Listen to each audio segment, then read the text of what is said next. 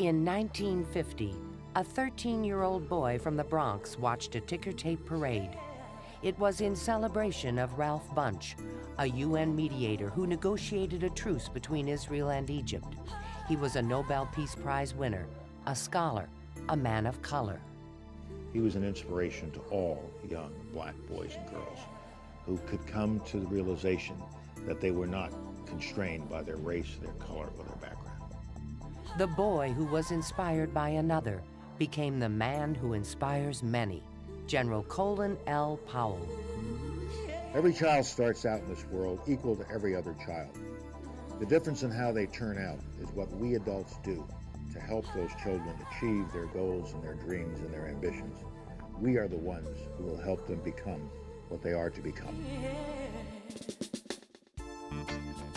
Colin Powell enrolled at the City College of New York, carrying with him the hopes and dreams of his Jamaican-born parents.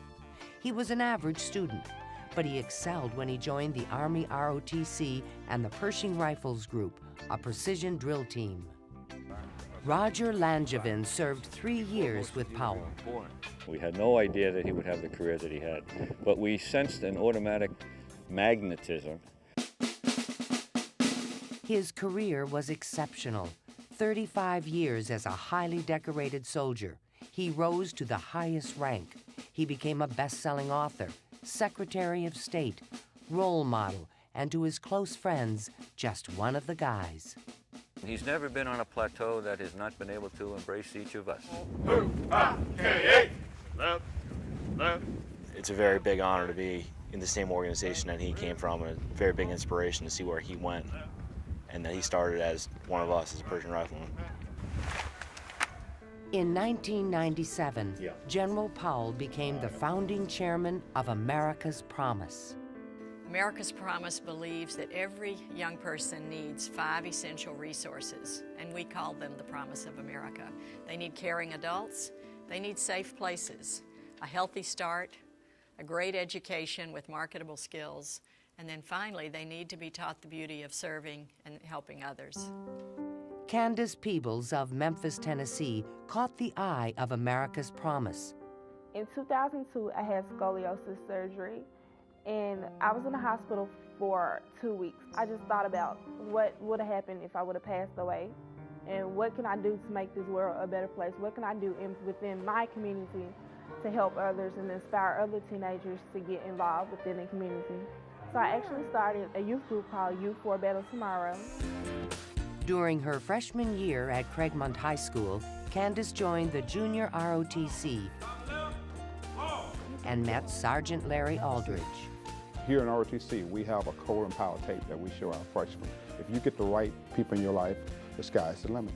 And I think the young people, they often see that by people that they meet today, and General Colin Powell is one of those people.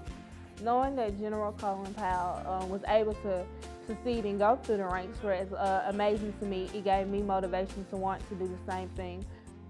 Like General Powell's parents, Candace's mother and grandmother instilled the importance of education and hard work in her. Candace Peebles is a remarkable student. She's a straight-A student to begin with.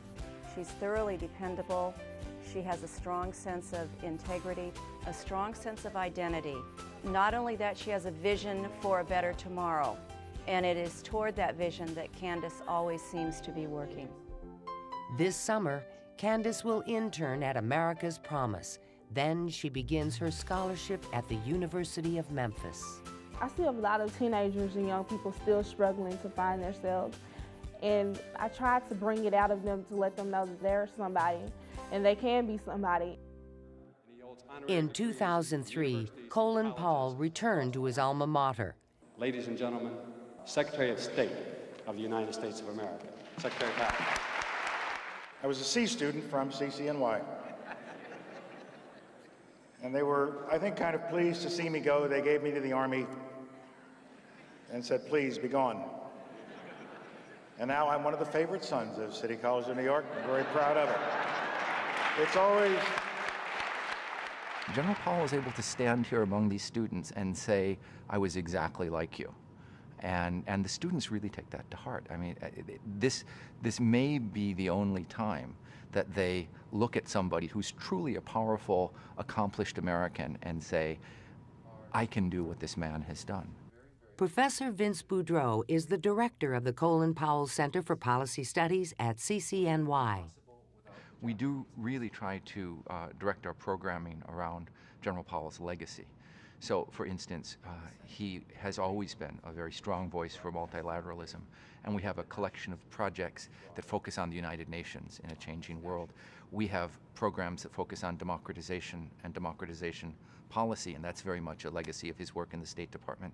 But we also have programs on service learning, trying to take students and, as part of their education, put them in positions of community service.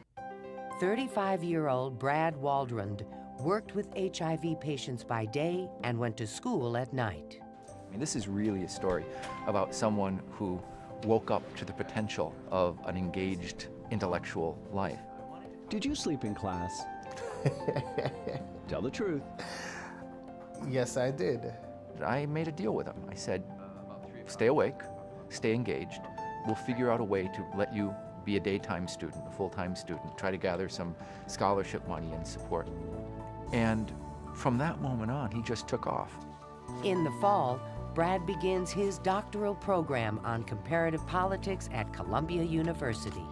It's just brought me to an amazing sense of privilege, a sense that I've been given and indeed worked very hard for, an opportunity of a lifetime.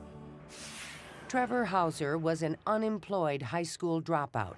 He got his GED and applied to the Powell Center. While serving a State Department internship in China, he developed and designed an interactive map of bilateral policy. You know, I've gotten accepted to lots of fancy graduate schools, and these are things that I never thought would be possible, you know, in my life. And this school was entirely responsible for that, giving students the type of self-esteem that they can go out into the world and do real research that makes a difference, or work on policy initiatives that matter, and that they're capable of those types of things. Our commitment to taking these extraordinary students and putting them in the middle of policy analysis and other very exciting opportunities, we think is an attempt to trace a path, a life path that was very much General Powell's as well. General Powell cares deeply about the mission of the Policy Center and America's promise. The General now begins a new chapter as the chairman of the board of the Eisenhower Fellowships. For Colin Powell, this is another opportunity to inspire others. It's another possibility that awaits those who work hard and dream.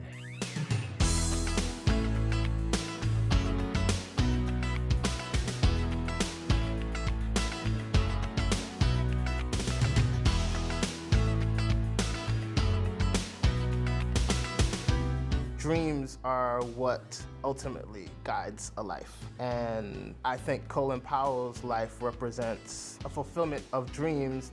I increasingly live by my dreams and allow them to guide me. It just shows that if you keep working hard at stuff that you enjoy and are passionate about, you can get anywhere. And that's what I hope to attain someday. General Powell, you have Company K-18 Hall University, Pershing Rifles. I'd like to thank you for all your service to your country, to the Pershing Rifles organization, to the 8th Regiment. Thank you very much, sir. It shows the true American dream. It don't matter what race, color, sex, gender, or religion you're from, you can achieve what you want. I've always believed that everyone is a Colin Powell, that you just have to bring it out of someone. Everyone is blessed to have some kind of gift within them. On behalf of Craigmont High School, JROTC, we congratulate you, General Colin Powell. Present honor.